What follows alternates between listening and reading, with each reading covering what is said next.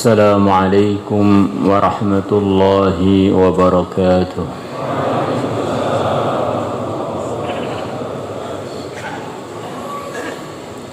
إن الحمد لله نحمده ونستعينه ونستغفره ونؤمن به ونتوكل عليه ونعوذ بالله من شرور أنفسنا ومن سيئات أعمالنا من يهده الله فلا مضل له ومن يضلله فلا هادي له أشهد أن لا إله إلا الله وحده لا شريك له وأشهد أن سيدنا ومولانا وحبيبنا محمدا عبده ورسوله لا نبي بعده. اللهم صل وسلم على سيدنا محمد وعلى آله وأزواجه وذرياته وصحابه والتابعين والناصرين لدينه إلى يوم الدين. أما بعد، فقد قال في كتابه الكريم: ومن يطع الله والرسول فأولئك مع الذين أنعم الله عليهم من النبيين والصديقين والشهداء والصالحين وحسن أولئك رفيقا. ذلك الفضل من الله وكفى بالله عليما. وقال تعالى: قل إن كنتم تحبون الله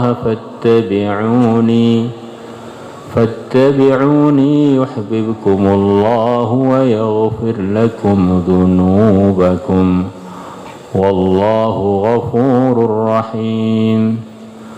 قل أطيعوا الله والرسول فإن تولوا فإن الله لا يحب الكافرين. وقال النبي صلى الله عليه وسلم لعلي رضي الله عنه: لأن يهدي الله بك رجلا واحدا خير لك من حمر النعم، أو كما جاء في الحديث. Hadirin yang dimuliakan Allah, teman-teman semua, kita bersyukur kepada Allah yang telah memilih kita menjadi bagian orang yang iman, orang yang Islam. Nikmat yang begitu besar, tidak ada nikmat yang melebihi nikmat ini. Kita ulang lagi, kita dengarkan lagi, kita sampaikan lagi. Harganya kita adalah karena iman kita. Kita ini kalau tanpa iman adalah kumpulan cairan-cairan yang menjijikkan. Kulit di bawahnya cairan-cairan yang bentuknya macam-macam warnanya, macam-macam baunya. Maka harga kita di sisi Allah, harga kita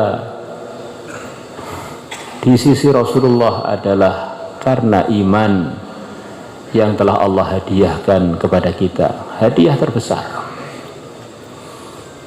Tidak ada perkara yang lebih berharga melebihi ini. Tidak ada perkara yang lebih harus kita jaga melebihi urusan iman.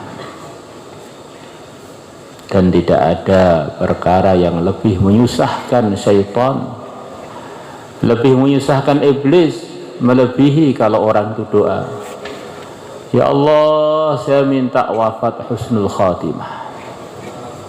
Maka iblis akan menjerit-jerit, sekian banyak permintaan yang lain, ngapain kamu milih yang ini, pilih yang lain, masih banyak minta pada Allah yang bagus-bagus, nggak usah yang ini pokoknya. Karena kalau orang itu membawa iman,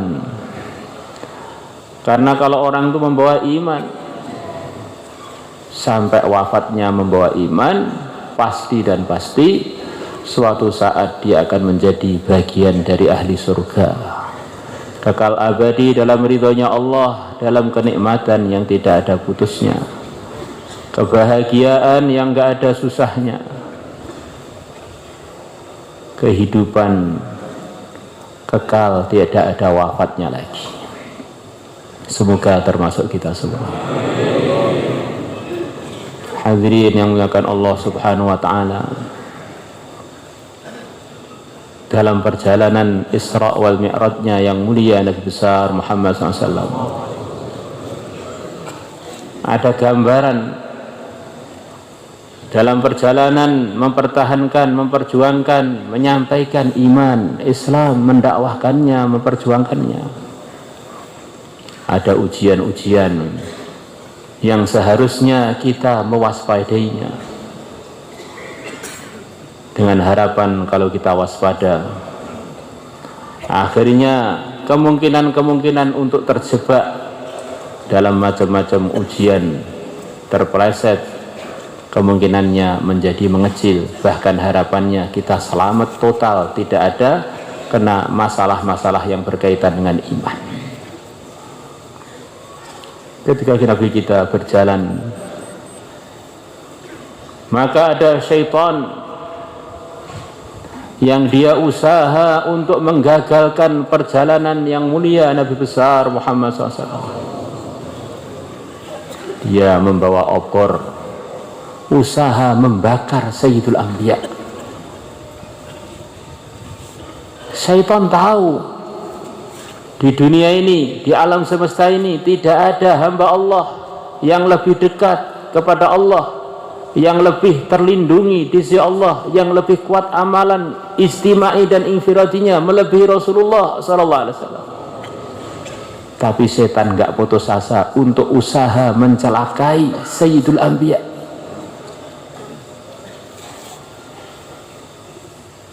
Maka kadang-kadang kita ini malu, setan loh untuk keburukan semangatnya setengah mati. Sayyidul Anbiya pun masih mau dia sengsarakan, dia celakai, dia usaha untuk menyerangnya. Nah kita ini usaha-usaha kebaikan kok nguntak-ngantuk gimana? Masa kalah semangat daripada setan?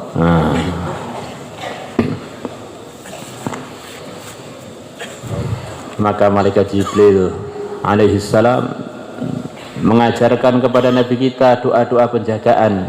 Akhirnya gagallah usaha syaitan tersebut, dia pun terbakar. Maka dalam perjuangan agama para hadirin, dalam menghidupkan masjid kita, menghidupkan amalan rumah, menghidupkan amalan pada pribadi dan mujtama masyarakat, seharusnya kita ini selalu memperhatikan amalan-amalan penjagaan yang telah begitu banyak diijazahkan, disampaikan oleh yang mulia Nabi besar Muhammad SAW kepada umat. Ada orang mau keluar dari rumahnya untuk macam-macam keperluannya, yang mulia Nabi besar Muhammad SAW menjanjikan siapa yang keluar dari rumahnya, kemudian dia membaca bismillah, aku keluar dari rumah ini disertai menyebut nama Allah, tawakkaltu ala Allah, aku hanya bergantung kepada Allah saja, la quwata illa billah, tidak ada kekuatan saya pun nggak punya kekuatan, siapapun nggak punya kekuatan tanpa Allah. Orang keluar rumah, kalau dia baca doa ini, Allah akan jamin pada dia minimal 3 perkara: hudita, wa wukita, wa kufita. Engkau dibimbing oleh Allah, engkau akan dijaga oleh Allah, engkau akan dicukupi oleh Allah. Satu zikir dari Nabi, satu doa dari Nabi menyelesaikan masalah yang begitu banyak. Terbimbing, tercukupi, terlindungi. Masya Allah. Kalau ada suami istri ketemu, kemudian dia doa, Bismillah, Allahumma jannibna wa jannibis syaitan fima razaqtana. Kemudian terjadi dari pertemuan itu anaknya tidak digoda syaitan selamanya. Sekali wirid manfaatnya untuk anak kita sampai sak wafatnya, sampai sak akhiratnya para hadirin. Bagaimana untungnya ikut Rasulullah, bagaimana bahayanya tidak ikut arahannya Rasulullah SAW. Siapa pagi hari membaca a'udzubillahi samil alim minasyaitonir rajim, a'udzubillahi samil alim minasyaitonir rajim, a'udzubillahi samil alim minasyaitonir rajim, kemudian dia meneruskan dengan 3 ayat terakhir dari surat Al-Hasyr. Wallahu alladzi la ilaha illa huwa alimul ghaibi wasyahadati huwar rahmanur rahim. Wallahu alladzi la ilaha illa huwal malikul quddusus salamul mu'minul muhaiminul azizul jabbarul mutakabbir subhanallahi amma yusyrikun. Wallahul khaliqul bari'ul musawwiru lahul asmaul husna. Yusabbihu lahu ma fis samawati wal ardi wa huwal azizul hakim. Allah akan tugaskan 70.000 malaikat. Bukan 1 malaikat para hadirin. Karena ini bukan sekedar bertugas, tapi ini menemani dia, untuk menjaga dan menemani dia mulai pagi hari sampai sore hari. Berteman dengan makhluk-makhluk Allah yang suci. Kalau orang itu temannya baik, dia akan mudah jadi baik. Nah, malaikat itu bukan hanya baik, yang ada hanya baik saja, nggak ada buruknya. La ya'suna Allah ma amarahum wa yaf'aluna ma yu'marun. Itulah para malaikat. Tidak pernah membangkang perintahnya Allah. Taat dan taat, taat dan taat. Itulah para malaikat. Menemani kita 70.000 malaikat. Anil mar'i la tas'al wasal qarinahu fa innal qarina bil muqarini yaqtadi. Kalau kamu pengen tahu orang itu bagaimana kondisinya, lihat temannya. Orang itu akan terpengaruh dengan temannya. Kalau orang ditemani malaikat, insya Allah akan ketularan kesolehannya para malaikat. Sekelumit bagaimana sayangnya Nabi kepada umat. Ribu-ribu riwayat dari Nabi memberikan arahan kepada umat supaya jaga zikir 24 jam. Dikumpulkan oleh Imam Nawawi dalam kitab Al-Adhkar, dikumpulkan oleh Ibnu Sunni dalam Amalul Lail wal Lailah, Amalul Yaum wal Lailah, amalan 24 jam, dan masih banyak ulama-ulama yang lain yang meriwayatkan, mengumpulkan riwayat-riwayat dari Nabi, doa-doa penjagaan, doa-doa keselamatan dari yang mulia Nabi besar Muhammad SAW. Sebaliknya, kalau ada suami istri ketemu kemudian lupa baca bismillah, lupa baca doa penjagaan, pertemuannya tidak dosa para hadirin, bahkan pertemuannya berpahala. Tapi perkara yang berpahala kalau nggak terjaga bisa bahaya. Di antara sunnahnya, kalau kita mau baca Quran, kita disunahkan untuk membaca a'udzubillahi minasyaitonirrajim. Kita bukan mau maksiat para hadirin, mau baca Quran. Fa idza qara'tal Qur'ana fasta'id billah minasyaitonirrajim. Karena baca Quran itu amalan besar, maka mintalah perlindungan kamu dari setan yang terkutuk ketika kamu mau membaca Quran.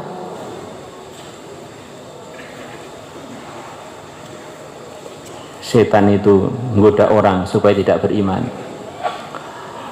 Selepas dia gagal, ternyata orangnya beriman, digoda lagi supaya nggak beramal.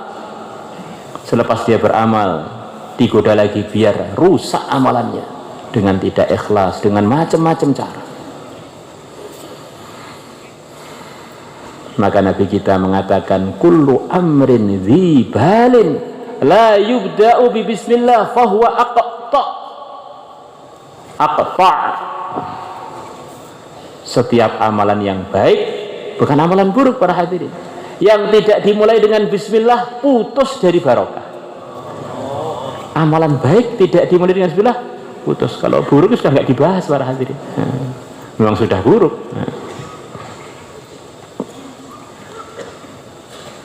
Maka setan akan ikut dalam pertemuan itu.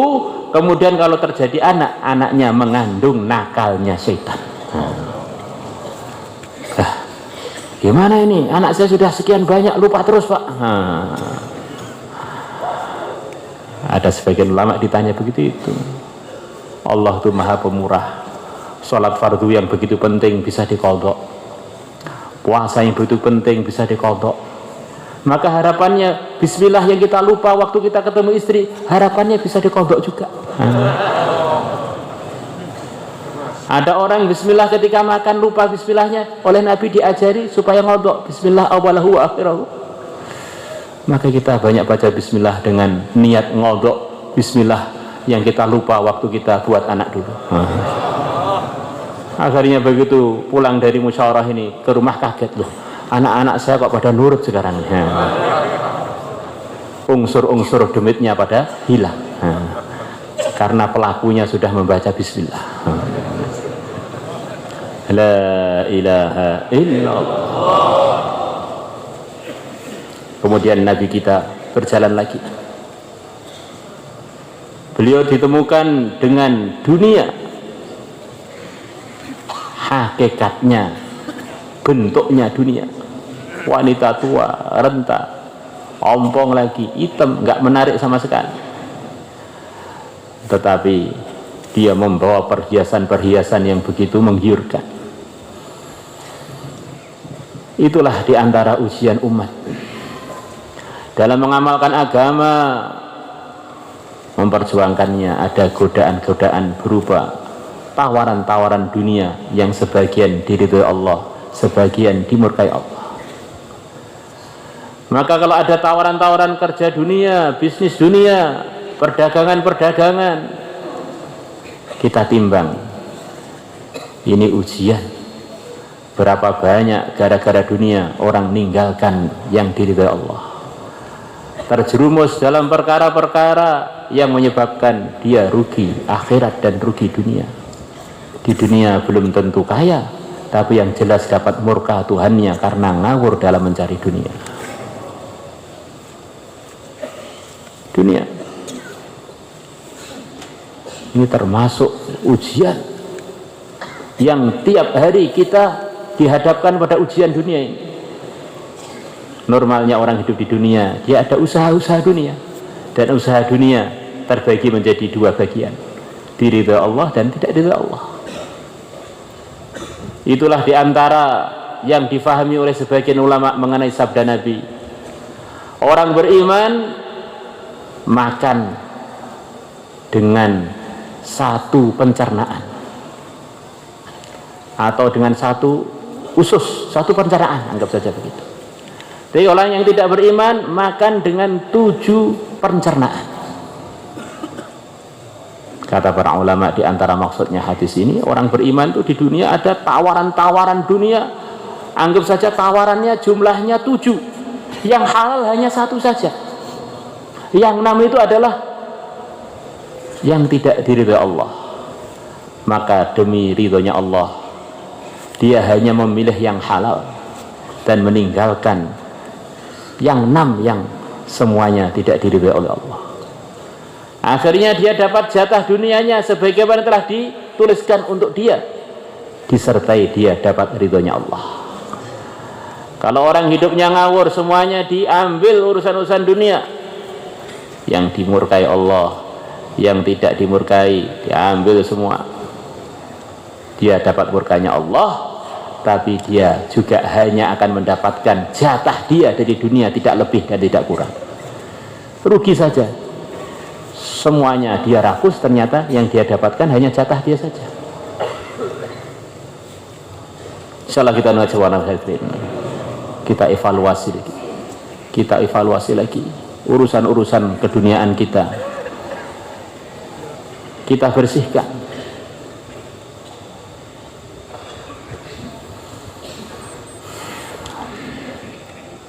Imam Al-Haddad beliau mengatakan dalam risalah Mu'awanah kurang lebihnya,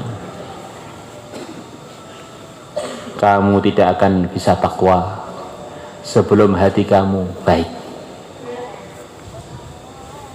Kamu tidak akan bisa amal agama sebelum hati kamu benar, dan hati kamu tidak akan bisa benar sebelum roti kamu benar. Makanya seorang mempengaruhi hatinya, hati mempengaruhi iman dan amalnya. Ada orang punya sepeda motor, dia paham sepeda motor saya ini akan jalan kalau saya beri bensin. Maka untuk sepeda motornya dia begitu disiplin, yang saya isikan di tangkinya harus bensin. Kalau enggak berarti saya ini hidup saya kurang cerdas. Akhirnya saya jadi rugi, motor saya nggak bisa saya gunakan, perlu saya perbaiki, jadi rusak gara-gara saya memberikan makan yang salah pada motor saya. Jadi kadang-kadang kita dengan diri kita ini kurang sayang pada hadirin. Lebih sayangan dengan tangkinya motor kita daripada mulut kita. Akhirnya motornya bisa melaju kemana-mana, diri kita berat sekali untuk melangkah menuju soft sholat para hadirin, karena banyak BBM yang dipertentangkan kekalahannya. La ilaha illallah. Nabi kita berjalan lagi, ada panggilan dari arah kanan, Muhammad sini, Muhammad sini, Muhammad sini. Ada lagi panggilan dari arah kiri, Muhammad sini, Muhammad sini.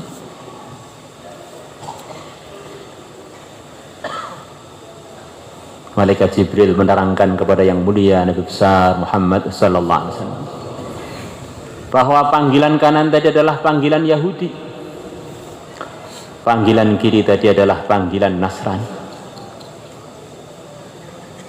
Yang mana program-program dunia ini para hadirin, kalau kita tidak kita penuhkan program 24 jam kita dengan program-program Islam, mempraktekannya, memperjuangkannya, menyebarkannya, yang isinya adalah iman yang benar, amalan yang diridhai oleh Allah, maka kita akan terjebak, kalau enggak programnya Yahudi, ya programnya Nasrani.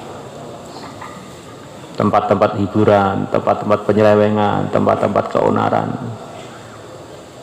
pemilik-pemiliknya, pemerkasanya selalu didominasi oleh dua kalangan. Maka saking ratanya penyebaran keburukan dari dua kelompok ini, setiap kita sholat fardu maupun sunnah, kita diwajibkan untuk minta hidayah. Sebagaimana Allah memberikan hidayah kepada para nabi, para rasul, para siddiqin, para syuhada, para sholihin. Dan kita diwajibkan untuk minta perlindungan dari dua jalan. Jalan yang dimurkai oleh Allah, jalan Yahudi, dan jalannya orang-orang yang sesat, jalan-jalannya Nasrani. Maka kita lihat kelalaian-kelalaian di luar program-program Islam, selalu yang mendominasi programnya adalah dua kelompok ini. Maka kita ingat-ingat nasihatnya Al-Imam Ghazali rahimahullah kurang lebihnya. Semua teori-teori ketakwaan itu belum akan terwujud di dalam kehidupan yang nyata sebelum orang itu punya program yang jelas, program hidupnya yaitu 24 jam waktu dia tidur sampai dia bangun lagi, sampai tidur lagi. Itulah hidup dia. Selama dia belum menertibkan program dia 24 jam, para hadirin, atau baru menertibkan sebagiannya, ini belum jelas seberapa persen dia mengamalkan Islam.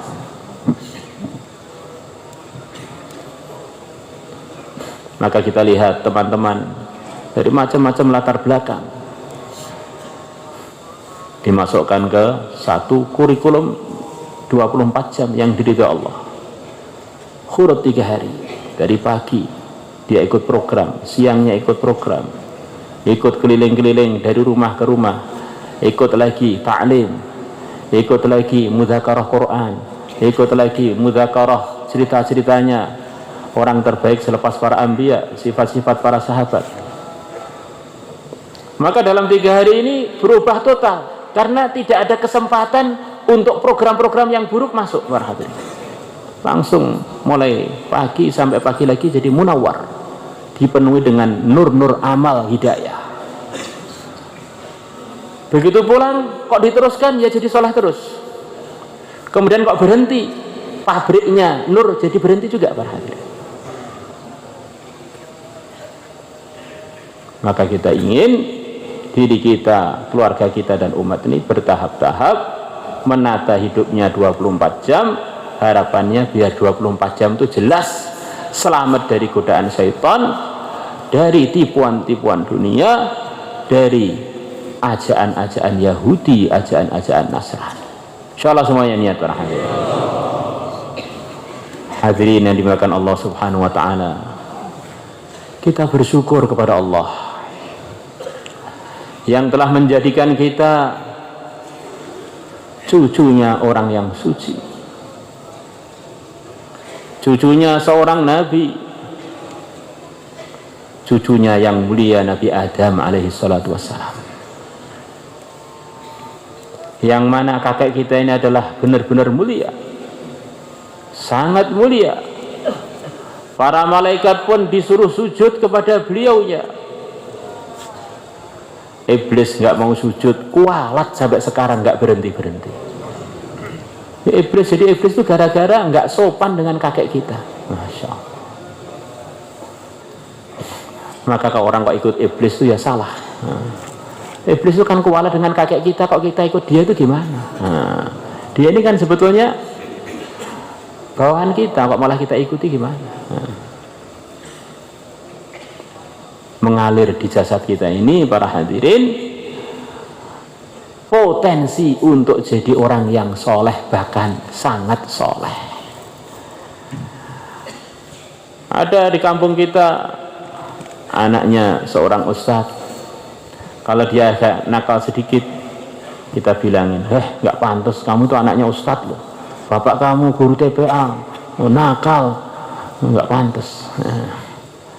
Apalagi kalau di daerah kita ada anaknya seorang tokoh yang dianggap waliullah, anaknya ke masjid ogah-ogahan, wah kita nasihati, nggak pantas ayah kamu loh tokoh hidayah di daerah sini.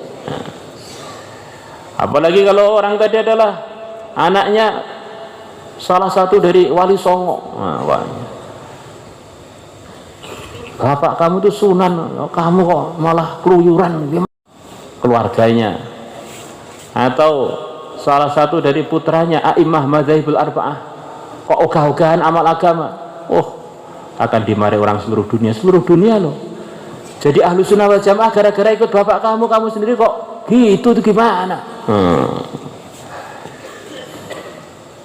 Bagaimana kalau orang tadi anaknya salah satu sahabat yang Nabi bersabda, innallaha akhtara ashabi 'alal 'alamin siwan nabiyyina wal mursalin, sesungguhnya Allah telah memilih sahabat-sahabatku melebihi seluruh makhluk selain para nabi dan para rasul. Kita loh seluruh dunia jadi ahlu sunnah wal jamaah itu gara-gara ikut ayah kamu. Akhirnya kita bisa ikut nabi, akhirnya kita terjamin agama kita dipastikan masuk surga gara-gara ikut ayah kamu. Lah kamu kok malah SPD sak penake dhewe iki piye to le? Sahabat setinggi-tingginya sahabat adalah Sayyidina Abu Bakar, mertuanya Nabi. As-Siddiq yang begitu mantap imannya, yang disabdakan oleh Nabi dalam riwayatnya Ibnu Umar radhiyallahu anhu kurang lebihnya, "Law zina imanu Abi Bakrin bi imani jami'in ummah la rajaha bihim," atau kama syaa fi hadis. Andaikan imannya Abu Bakar ditimbang dengan imannya seluruh umat, tentulah imannya Abu Bakar akan mengungguli imannya seluruh umat. Mulai dari umat pertama yang bukan Nabi sampai umat terakhir menjelang hari kiamat yang akan lahir, umpama imannya dari kalangan orang-orang iman ditimbang imannya Abu Bakar, mengungguli semuanya. Termasuk yang ditimbang di situ itu adalah Sayyidina Umar. Sayyidina Abu Bakar yang begitu tinggi imannya ini, para hadirin, gelar tertinggi beliau adalah afdhalul khalqi ba'dal anbiya, makhluk yang termulia selepas para nabi.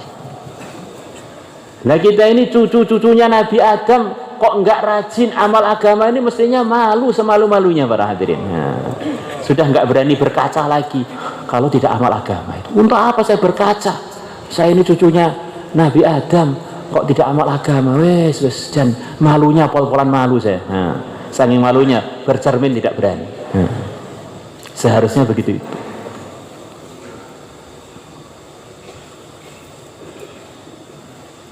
La ilaha illallah. Orang tuh kalau nggak merasa siapa dia dan apa potensi yang ada pada dia, kadang-kadang hidupnya itu ngasal saja, para hadirin, tidak jelas tujuannya kemana.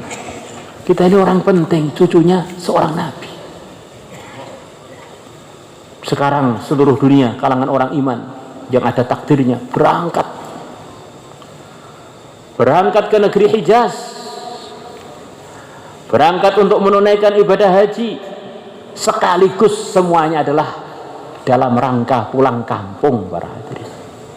Kita ini orang Hijaz, kakek kita wafat di Hijaz, kakek kita di sana Nabi Adam di sana, para hadirin. Beliau begitu tampannya, tampan banget.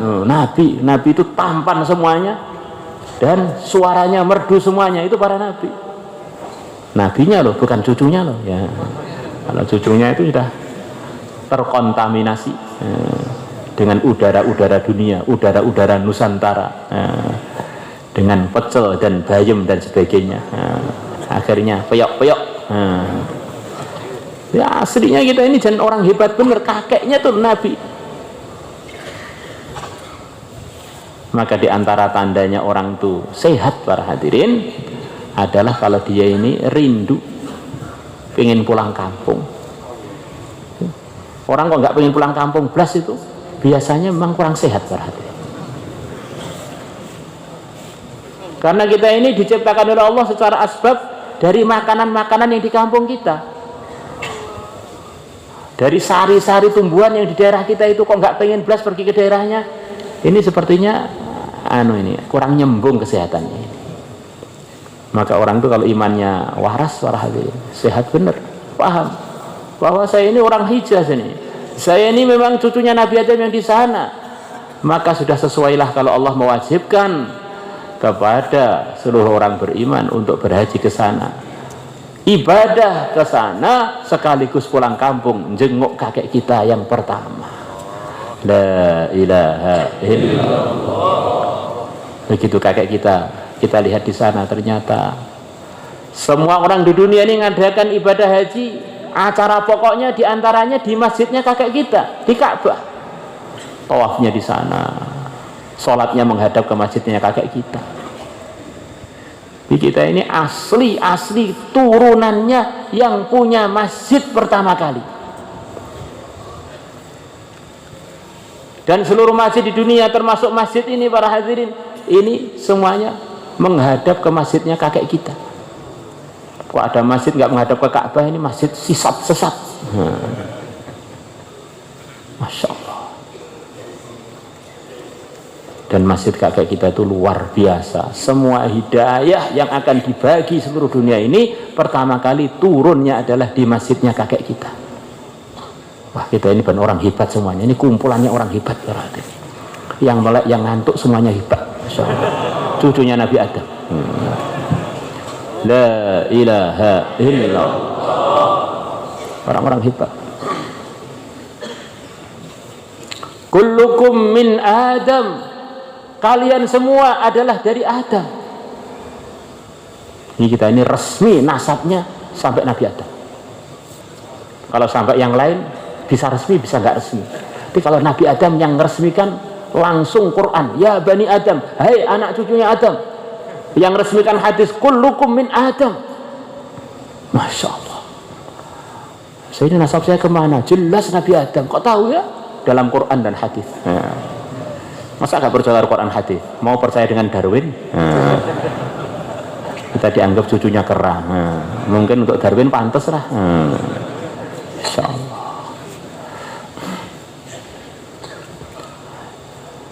Inna akramakum indallahi atqakum. Sesungguhnya yang paling mulia di kalangan kalian di sisi Allah adalah yang paling takwa, paling sempurna amal agamanya, paling sempurna iman dan amalnya.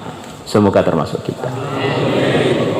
Dirasakan kita ini adalah keluarga resminya Nabi Adam.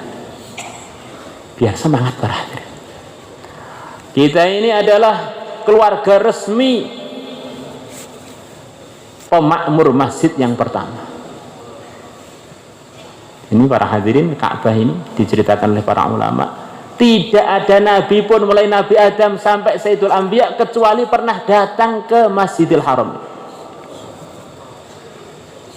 Tempat yang paling banyak untuk ibadah sepanjang sejarahnya dunia adalah Ka'bah, tempatnya kakek kita.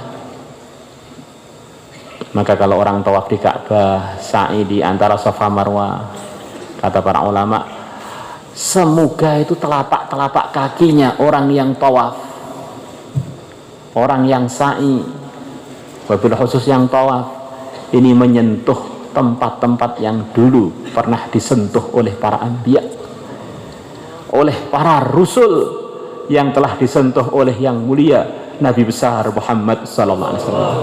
Alangkah untungnya orang yang kakinya itu nempel di tempat yang kesentuh dengan kaki-kaki yang mulia. Masya Allah. Ada seorang cerita, seorang santri itu diberi pesan oleh kiainya, kalau kamu mau khidmat orang soleh, yang terpenting itu khidmat menjaga serandalnya. Lah, apa rahasianya Pak Yai? Rahasianya karena semua kebaikan dia itu ditopang oleh serandal itu, mulai ujung kaki sampai ujung rambut ketopang ke sandal, jadi barokahnya di sandal semua itu katanya. Wallahu a'lam ya. Namanya orang pengen baik itu ya pikirannya baik-baik itu insyaallah.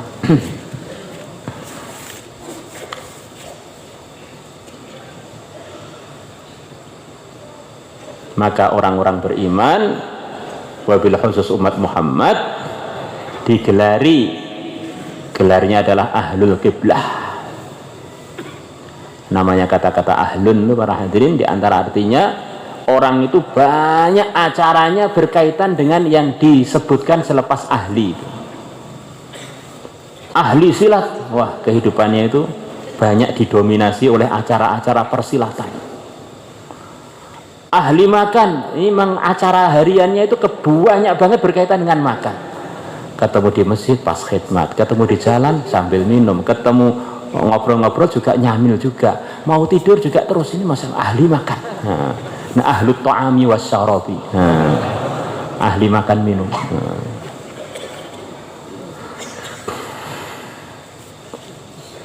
Ada orang tuh ahli tidur, bayan ngantuk, nyetir mobil ngantuk, ketemu istri ngantuk, masya Allah, nunggu toko ngantuk, ini ahlun naum. Ya. Lah orang Islam ini gelarnya adalah ahlul qiblah, orang yang acaranya banyak berkaitan dengan masjid, dengan arah kiblat para hadirin. Setiap hari menghadap ke kiblat minimal 5 kali. Kemudian acara-acara majlis kalau dia mampu disarankan untuk menghadap ke kiblat. Dia tidur tiap hari, orang tidur sekian jam juga arahannya bagi yang mampu dan ada kemudahan untuk menghadap ke kiblat. Bahkan nanti suatu saat mati dia juga akan disolati di arah kiblat. Selepas dimasukkan kuburan diarahkan ke kiblat, tidur sepuasnya sambil nunggu datangnya komando untuk hari kebangkitan. Masya Allah. Maka orang Islam kok nggak rajin menghadap kiblat itu sebetulnya salah nama, para hadirin. Maka ada ceritanya para ulama di zamannya Raja Iskandar Dzulqarnain, raja besar Muslim yang telah menguasai seluruh dunia atau hampir seluruh dunia. Di antara pasukan beliau ada yang namanya Iskandar juga, tetapi berbeda dengan Iskandar yang asli, yang selalu soft pertama dalam perjuangan, soft pertama dalam membuka daerah-daerah baru. Iskandar yang palsu ini, para hadirin, setiap ada pertempuran dia lari duluan. Namanya sama.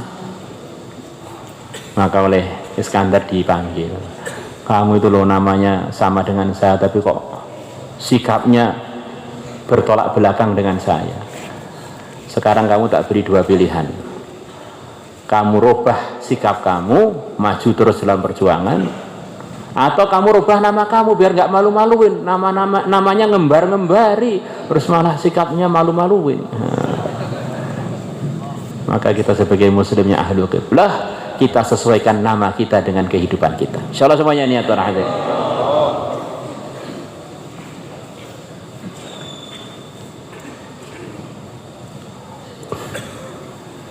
Hadirin yang dimuliakan Allah Subhanahu wa taala, kita bersyukur kepada Allah yang telah memilih kita bagian yang pasti dari cucunya Nabi Nuh.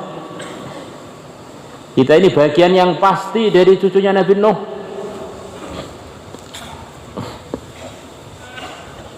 Allah telah berfirman dalam sebagian firman-Nya dalam ayatnya, selepas Allah selamatkan Nabi Nuh dengan pengikut-pengikutnya,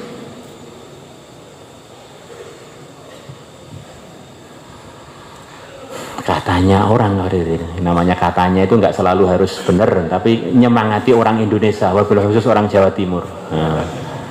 Itu ditemukan fosilnya perahunya Nabi Nuh, itu katanya dari kayu jati. Maka kayu jati itu di dunia yang bagus-bagus itu ya terutama di Jawa. Jawa itu ya terutama di daerah Bluro, Cepu sana. Maka mungkin aja kapalnya Nabi Nuh itu dibangun di sana, Bluro dan Cepu itu. Jadi orang-orang beriman yang diselamatkan oleh Nabi Nuh itu ya di daerah-daerah Nusantara ini. Termasuk yang tenggelam juga berarti ya. Yang tenggelam kan sudah habis ceritanya ya.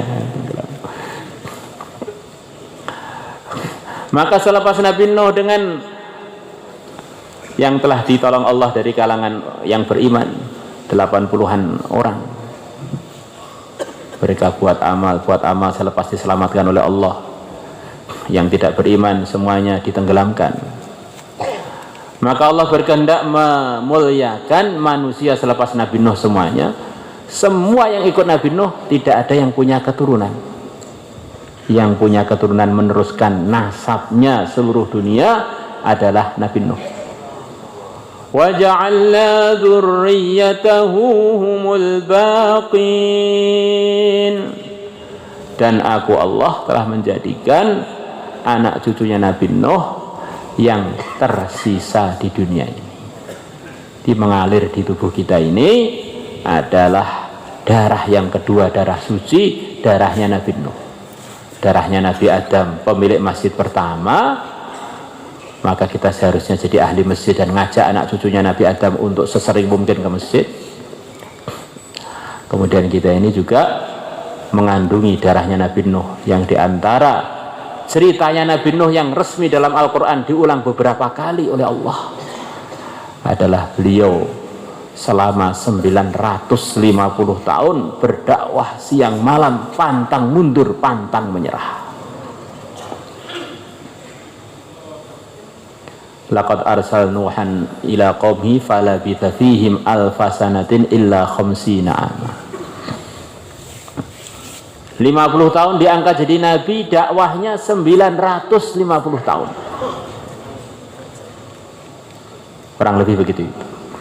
Inni da'autu qaumi laylan wa nahara falam yazidhum du'ai illa firara wa inni kullama da'autuhum litaghfira lahum ja'alu asabi'ahum fi adhanihim wastaghshaw thiyabahum wa asarru wastakbaru istikbara thumma inni da'autuhum jihara thumma inni a'lantu lahum wa asrartu lahum israra faqultu astaghfiru rabbakum innahu kana ghaffara yursilis samaa'a 'alaikum midrara. Beliau dakwah siang malam, jarang banget kaum beliau yang gubris beliau. 950 tahun hanya dapat pengikut 80 orang. Kalau dihitung-hitung tuh, kemarin ada yang hitung-hitung kurang lebih setiap 12 tahun sekali dapat satu taskilah, satu orang. Nah, itu kakek kita, para hadirin. Ngajak orang kepada ridhonya Allah tuh begitu sabar. 12 tahun dapat teman satu, pantang mundur. Jangan sampai cucunya ngajak tetangganya baru 6 kali, 7 kali. Itu pun jarang-jarang. Nggak mau ke masjid, langsung kita bacakan hizib Nasr ben modar. Ini ketoknya kok rapat cocok jadi putune Nabi Nuh. Jangan begitu. Ini kita ini cucunya para penyabar, cucunya orang yang sangat sabar, yang sabarnya diresmikan dalam Al-Quran. 950 tahun dakwah. Maka ini majelis kita ini sebetulnya memalukan kita, para hadirin. Kakek kita itu dakwahnya 950 tahun. Terus anak cucunya hanya ditawari 4 bulan, ini kan penghinaan namanya. Kita ini cucunya Nabi Nuh, masa hanya ditawari untuk latihan berdakwah 4 bulan tiap tahun. Ini memalukan, Pak. Ini memalukan ini. Itu untuk bayi aja nggak pantas. La ilaha illallah. Nabi Nuh dakwah 950 kali, 950 tahun, datang firman dari Allah. Innahu lan yu'mina min qaumika illa man qad aman. Sesungguhnya jatah hidayah sudah habis hanya untuk orang-orang yang telah dapat itu saja. Maka orang beriman, para hadirin, dengan imannya dia ini harus yakin kalau orang itu memang nggak ada jatah hidayah, memang ini orang yang dimurkai Allah, tidak layak untuk masuk surga. Ada seorang sahabiah datang pada Nabi, ya Rasulullah, bagaimana anak-anak saya yang wafat tanpa iman? Maka Nabi kita mengatakan dia di neraka. Maka wanita tadi nangis. Nabi kita nasihati wanita itu, jangan begitu. Andaikan kamu tahu siapa sebenarnya anak kamu, pasti kamu akan ridho dengan keputusan Allah. Maka Mullah Al-Qari beliau mengatakan ulasannya hadis tersebut, beliau mengatakan manusia yang waras dia paham bahwa yang keluar dari dirinya, para hadirin, ini terbagi 2 minimalnya. Ada yang satu yang perlu dirawat, disayang, dinafkahi, dibesarkan, digendong, anak dia, ini keluar dari dia. Ada yang kedua adalah berupa kotoran, berupa ingus, berupa air liur, dahak. Maka sepakat walaupun itu bagian dari kita adalah harus dibuang di tempat yang sesuai, tempat sampah, di toilet sebagainya. Sampai orang-orang yang tidak waras pun, para hadirin, di dunia ini itu paham kalau kotoran dia bukan untuk dimakan. Kalau kotoran dia bukan untuk disayang, disertakan di tempat tidur dia. Rata-rata orang yang tidak normal pun tidak sampai begitu, itu tidak normalnya. Bahkan yang di rumah sakit jiwa itu, di sana masih disiapkan toilet, WC. Mereka paham untuk kalau waktu mau ke toilet, memang perlu dibuat. Maka orang-orang yang tidak beriman itu adalah bagian dari kita, bagian dari kita yang memang dia ini bagian yang kotornya, Pak. Andai kan ada orang punya anak kemudian dia ini tidak beriman, Allah tampakkan memang anak kamu itu bagian dari kotoran, sebagaimana kotoran-kotoran kamu yang lain. Maka kalau dia masuk neraka, masuk surga, ya nggak pantas lah. Sebagaimana kalau kamu masuk surga kemudian di sana kamu masih 1-2 di sana, masih kencing atau berak di sana, kan nggak pantas. Mesing-mesingi surga. Surga menjadi terpesingi, menjadi baunya nggak enak gara-gara itu.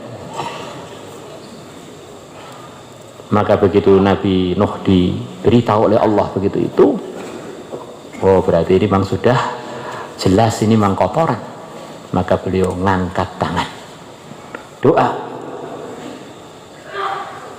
Rabbi inni maghlubun fantasir fafatahna abwabas samai bima'in munhamir وفجرنا الأرض عيونا فالتقى الماء على أمر قد قدر وحملناه على ذات ألواح ودسر تجري بأعيننا جزاء لمن كان كفر.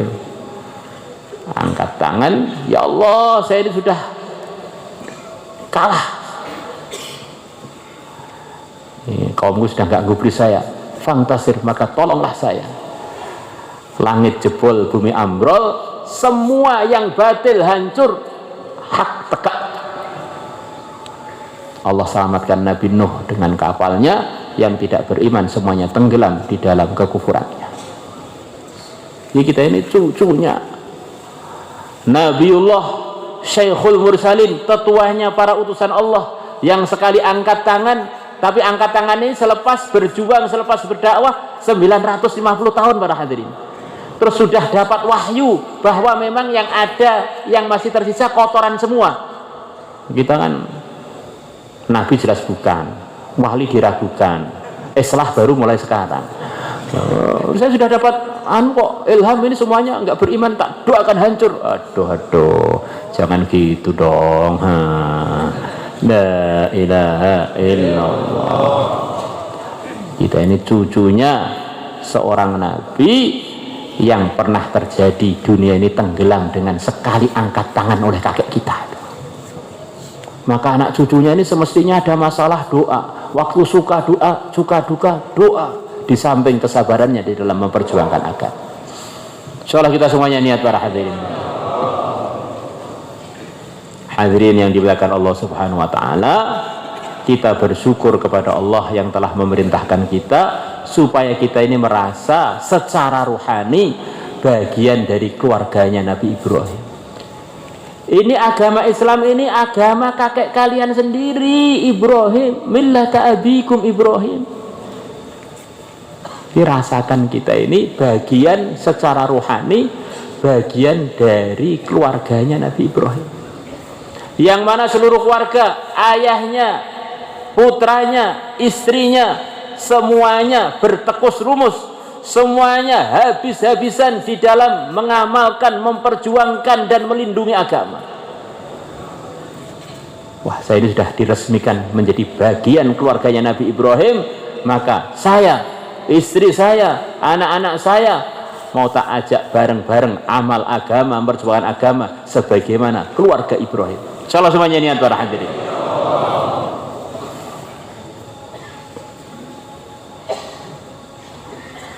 Kita bersyukur kepada Allah yang Allah telah meresmikan kepada seluruh orang yang beriman bahwa istri-istri Nabi adalah ibu-ibunya orang yang beriman. Wa azwajuhu ummahatuhum. Istri-istri Nabi adalah ibu-ibunya orang yang beriman. Rasakan, Sayyidah Aisyah ini adalah ibu kita. Sayyidah Khadijah adalah ibu kita, Sayyidah Maimunah adalah ibu kita, mahram dengan kita. Kita wajib memuliakannya dan wajib meyakininya beliau-beliau adalah ibu kita secara ruhani, yang semestinya kita merasa namanya ibu, kita merasa bagian dari putra-putranya. Maka dinukilkan dari para ulama, kalau nggak salah termasuk dari Al-Imam Syafi'i, maka tidak salah kalau dikatakan Nabi kita adalah bapaknya seluruh orang yang beriman.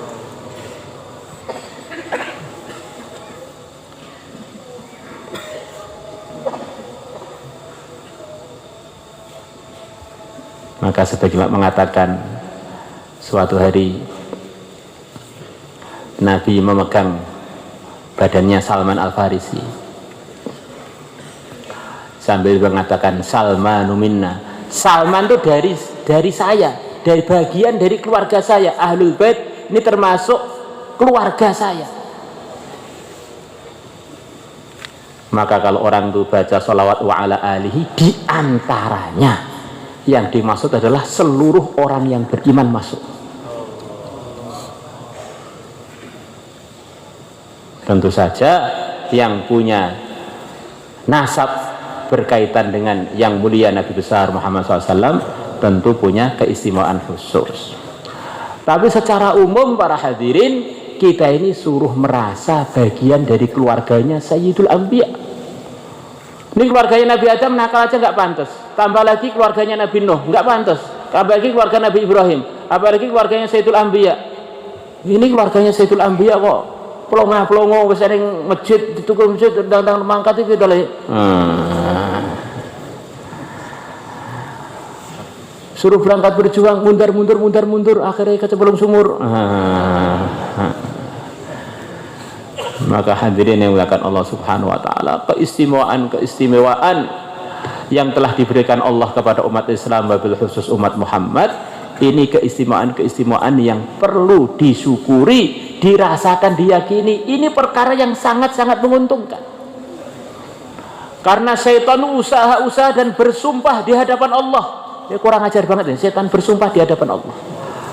Saya akan datang pada anak Adam depan, dari kanan, dari kiri. Saya goda biar gak bersyukur, biar tidak merasa diuntungkan dengan nikmat-nikmat Allah, wabil khusus nikmat agama. Kalau orang sudah tidak merasa diuntungkan dengan sebuah nikmat, maka dia tidak akan merawatnya, maka dia akan menjauh darinya, dia akan lari darinya, dan dia tidak akan menggubrisnya, dan tidak ingin mendengar tentang nikmat itu yang perasaan dia tidak menguntungkan. Ada orang punya istri padahal cantik, solihah, kalau perlu hafidhah Quran, karena dia nggak merasa diuntungkan, dia naik sepeda motor dengan istrinya, waktu ada polisi tidur dia mendadak, siapa tahu jatuh nanti cari lagi. Ada aja alasannya. Kalau orang itu sudah merasa nggak diuntungkan alias tidak bersyukur para hadirin, dia usaha menjauh. Maka setan 24 jam usaha untuk memasukkan jarum-jarum keraguan pada agama, jarum keraguan pada untungnya janji-janji dari Allah dan Rasulnya. Maka Abul Hasan An-Nadwi beliau mengatakan, jangan percaya dengan setan. Islam itu belum pernah mendatangkan kecuali keberuntungan. Yang ikut Nabi Adam beruntung, yang nggak ikut Nabi Adam Qabil buntung. Yang ikut Nabi Nuh untung, yang ikut Nabi Nuh buntung. Yang ikut Nabi Ibrahim untung, yang tidak ikut buntung. Yang ikut yang mulia Nabi SAW untung, yang tidak ikut buntung. Belum pernah Islam mendatangkan kerugian di dunia, apalagi di akhirat. Itu adalah bisian-bisian yang nggak tanggung jawab. Justru orang-orang yang mengajak orang tidak mengamalkan Islam, kamu tanya, apa jaminannya? Kalau saya nggak amalkan Islam, apakah saya akan jadi kaya? Apakah saya akan jadi pejabat? Akankah saya 2024 akan menang? Kalau nggak jamin, ya namanya janji-janji palsu. Aspal seperti asli ternyata palsu. Masya Allah. Jadi yang menjanjikan keuntungan dalam mengamalkan Islam, mengamalkan agama itu Allah sendiri. Inna dina Rasulullah sendiri, man ata'ani dakhalal jannah wa man asani faqad aba. Program-program selain yang dari Allah dan Rasulnya ini program spekulasi, mungkin menguntungkan, mungkin tidak. Maka semua program harus kita isi dengan program-program keislaman supaya semuanya terikut menjadi beruntung. Kantor kita, sawah kita, pekerjaan kita, anak dan istri kita, semuanya kita libatkan di dalam mengamalkan agama, biar semuanya dalam posisinya yang berbeda-beda diridhai oleh Allah, untung semua. Insyaallah semuanya niat para hadirin. Dan anugerah besar yang telah Allah perlihatkan kepada yang mulia Nabi besar Muhammad sallallahu alaihi wa ala alihi wasallam adalah ketika Mi'raj para hadirin. Nabi kita ditampakkan ada umat begitu banyak. Saking banyaknya umat itu, Nabi kita terkejut dikira itu umat Muhammad Musa. Bahkan banyak ulama mengatakan Nabi Musa itu adalah utusan Allah yang tertinggi derajatnya selepas Nabi Muhammad. Ketika Nabi kita sampai langit yang ketujuh, beliau ketemunya dengan Nabi Musa. Begitu Nabi kita sampai ke Sidratul Muntaha, Nabi Musa nangis. Ya Allah, saya nggak mengira ada yang lebih tinggi derajatnya dari kalangan manusia melebihi saya. Ternyata Nabi akhir zaman derajatnya lebih tinggi melebihi saya. Masya Allah. Di Nabi Musa itu luar biasa. Satu-satunya Nabi yang disebut terbanyak dalam Al-Quran, 136 kali kurang lebih. Kalau orang kok kurang hormat pada Nabi Musa, ketok nek gak tahu maca Quran. Ketok nggih mesti nglamun nggih. Coba baca Quran mulai dari awal sampai akhir. Nabi Musa lagi, Nabi Musa lagi, Nabi Musa lagi. Masalah iram tenan Nabi Musa itu disebutkan sampai 136 kali. Padahal juznya Quran itu kan hanya 30 juz, Nabi Musanya 136. Masya Allah. Kemudian Nabi kita ditampakkan umatnya memenuhi padang mahsyar sampai pojok-pojoknya. Lalu kok bisa ditampakkan ini gimana? Ya terserah Allah, yang menciptakan waktu kan Allah. Waktu yang telah lampau, yang sedang dan yang akan datang itu ciptaannya Allah. Kalau ada sebagian hambanya Allah, oleh Allah dibukakan alam yang akan datang, masa yang akan datang, ya terserah Allah. Bahkan insya Allah banyak dari kita yang telah diberi bocoran-bocoran sedikit mengenai sebagian masa depan. Contohnya Pak, ya mimpi-mimpi kita para hadirin. Kan banyak dari kita mimpi selepas berapa bulan jadi kenyataan. Itu diberi rembesan dari masa depan. Lalu Nabi kita sempurna, ya ditampakkan lebih sempurna lagi. Nabi kita mengatakan ar-ru'ya shalihah juz'un min sittati wa arba'ina juz'an nubuwah. Mimpi yang baik adalah satu bagian dari 46 bagian kenabian. Jadi kalau kita yang ngontak-ngantuk aja kadang-kadang mimpinya jadi kenyataan, bagaimana dengan Sayyidul Anbiya? Ini cara memahaminya gitu, ya begitu itu para hadirin di antaranya. Maka dihitung oleh para ulama, Nabi kita diutus oleh Allah selama 23 tahunan. 23 tahun itu kalau dihitung adalah 276 bulan, 12 kali 23, kemudian 276 dibagi 46 sama dengan 6 bulan. Wahyu yang berupa mimpi kurang lebihnya adalah 6 bulan. Gimana? Terlalu cepat keterangannya tadi. La ilaha illallah. Maka Nabi kita ditampakkan oleh Allah masa depan.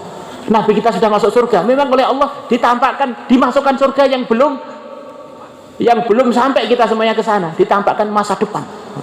Yang surga itu kan tahapannya paling akhir tuh, akhirat yang selama-lamanya. Masih ada mahsyarnya, ada siratnya, ada itu. Nabi kita sudah pernah masuk ke sana. Kalau film-film kan ngayal untuk masuk masa depan. Kalau Nabi kita bukan ngayal, kenyataan sudah masuk ke masa depan.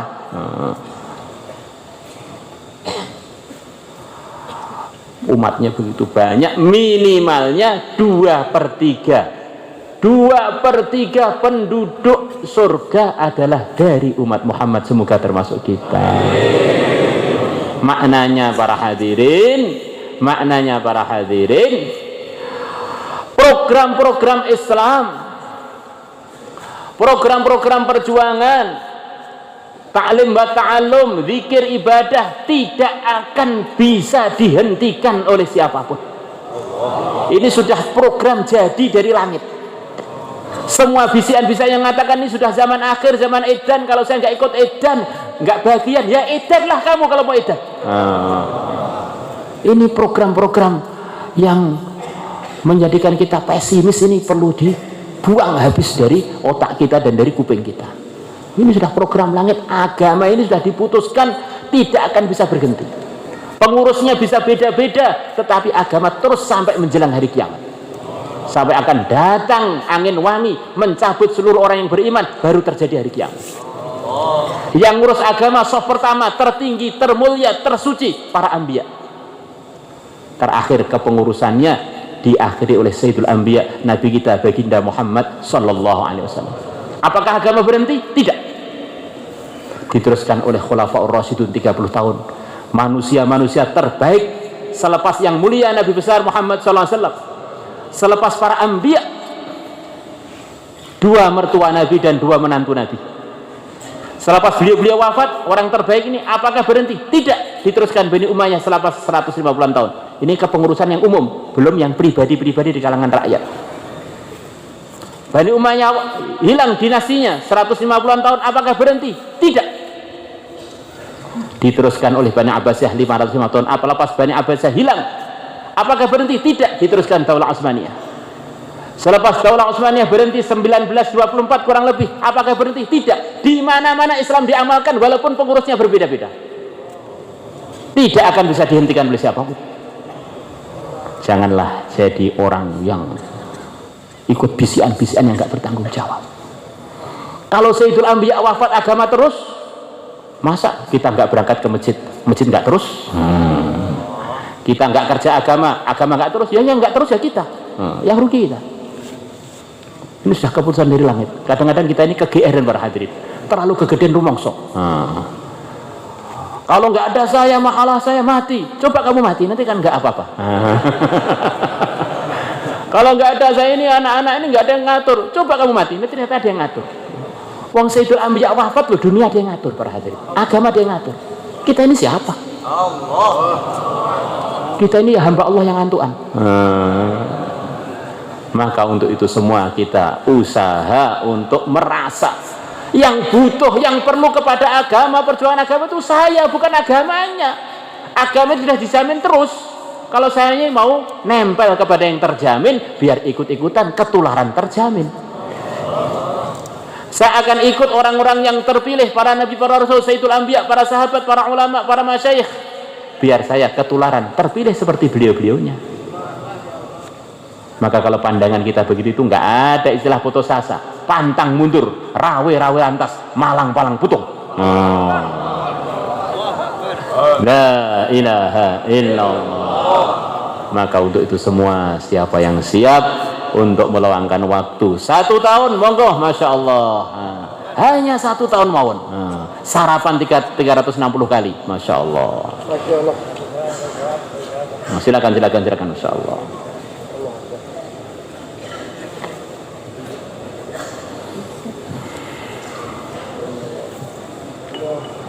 Silakan, masya Allah.